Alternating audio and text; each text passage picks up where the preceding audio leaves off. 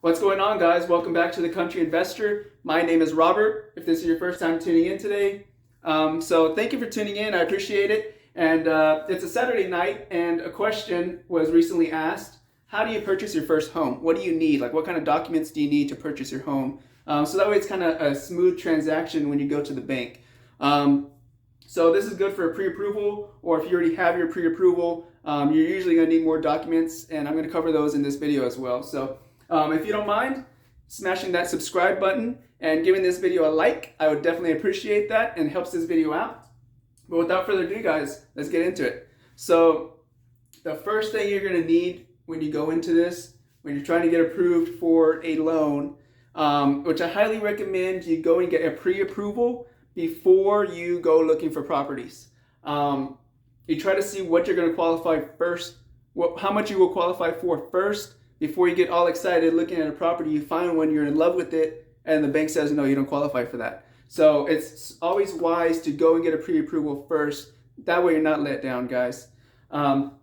First things first is you're going to need a solid credit score. You can usually get approved with under 700, but you're not going to get the best rates. Usually people who get the best rates are at a 740 and above, and then it starts dropping from there. So 740 is your target goal to get the best rate you can, but you can get a property with a 700 below a 740 credit score. So that's the first thing you're going to need. The next thing you're going to need is your W-2s. You're going to need your W-2s for at least 1 month or up to 2 months if you get paid monthly. If you get paid bi-weekly, you're going to need at least 2 pay stubs to cover 1 month. If you get paid weekly, you're going to need at least 4 pay stubs. So you also want to include your wife or husband's pay stubs in there as well if you are planning on getting this property together. That'll help increase y'all's income to hopefully qualify for more towards that house you are looking to purchase. The next thing you're going to need is you're going to need your W-2s for the past 2 years. So it is 2020 this year. You would go back to 2018. 2018 on up, you're going to need those 2 years of tax returns. They want to make sure that your income is gradually increasing and not decreasing. That's kind of a red flag to them, but it's not going to deter them from giving you a loan. If you had, like, I don't know, 100,000, you drop down to 90,000. That's usually not a big deal, but they usually want at least 2 years of tax history. Make sure everything is good on that end.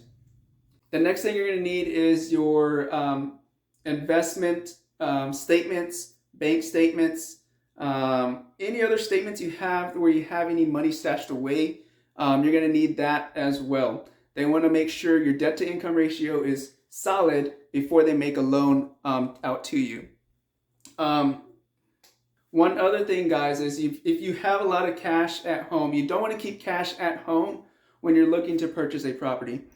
Most banks will require that money to have been in your bank account for at least 30 to 60 days. They want to make sure that this money isn't, involved in some kind of drug ring or, money laundering, or just, they want to make sure they have a paper trail of where that money is coming from. No matter if you have $100,000 in cash sitting at home, they will not approve you if you cannot prove where that money came from legally. So it's always wise to have a bank account. I know a lot of people I know personally a lot of people that do not like bank accounts for whatever reason. But if you're just looking to purchase your property, you need to show proof that that money has been sitting in there for at least 2 months, and basically have where it's coming from. That's one thing I've learned when I first purchased my property. I actually kept some cash, and now I don't keep cash no more. I have it all in the bank. So that's something I've personally learned. I've purchased now three properties now. So all right, so now you have everything. What I just gave you right now should get you to your pre-approval. Now you have that pre-approval letter. Now you can go shopping for a house. So from there, what you're going to do is, once you find a property, you're going to send that over to the bank. You're going to send the address of the property. You're going to want to get a survey, and you're going to get an inspection. The inspection is more for you, but just to make sure nothing comes up when you have that property under your name. And the next thing you want to do is an appraisal. The appraisal is mainly for the banks to place a value on that property compared to what you're asking for that property, or what you're going to pay for on that property. the banks do not want to take a huge risk or be at a loss going into this. They're going to want to make sure that they have some equity in that property before they make a loan out to you. So an appraisal, you're going to want to have a survey, and you're going to have an inspection, and you want to give them the address. Now at this time, the banks, because of what's going on in the world with COVID and all this stuff, people losing their jobs, the banks may ask you for more bank statements at this point, just because it's been a little bit more difficult lately is what I've noticed trying to get mortgages. So now you're going to want to, they may ask you for more more bank statements and more pay statements, pay stubs. They just want to make sure that you are still employed. You never know what could happen, right? And the banks want to make sure they are sure that you can repay this loan. The banks may ask you for an insurance provider now at this point, which you're going to have to declare your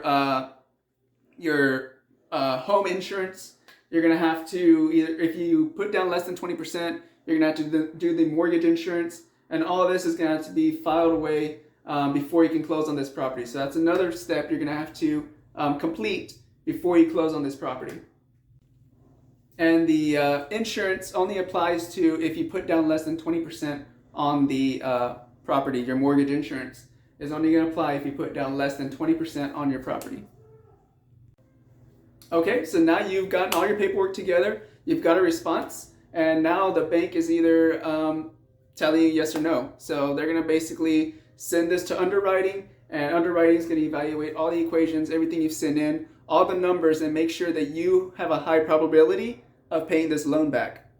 So once that goes through, they say yes. Next is the closing. The closing is where you get a big freaking packet like that of documents. Some closings can be done online, but I know I do all mine in person. I prefer in person anyway. But this is when you're going to go ahead and close. You may or may not get the keys that day when you close.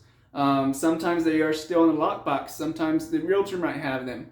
It might be a day or two sometimes before you get the keys. So try not to get your hopes up too much. But unless you can kind of plan this ahead of time, like, hey, we're closing today, can you have the keys ready? That's what I would do next time. But yeah, once you're done, you're closed. The house is yours. Now you just wait for the keys. And I hope this helped you out, guys. I know a lot of people for their first time don't know what they need to go and get a property. So I just put this video together to kind of help those people out. I know it's crazy, and you're like overwhelmed whenever you're going to buy your property. You don't know what you're getting yourself into, right? It's a lot of paperwork. It's a lot of back and forth. Don't expect to close within 5 days, 10 days, 12 days. I've closed on properties that have taken me months to close on, and then I've closed within about 45 days has been the fastest for me personally. So just a heads up on that. But anyways, guys, I appreciate y'all watching. Don't forget to subscribe if you want to see more videos like this. If there's any questions or anything y'all want to see on the video, want me to explain, drop it down below as well. I'm more than happy to explain that for you guys. And like always, be careful, be good, take care, and God bless, guys. We'll catch you guys later.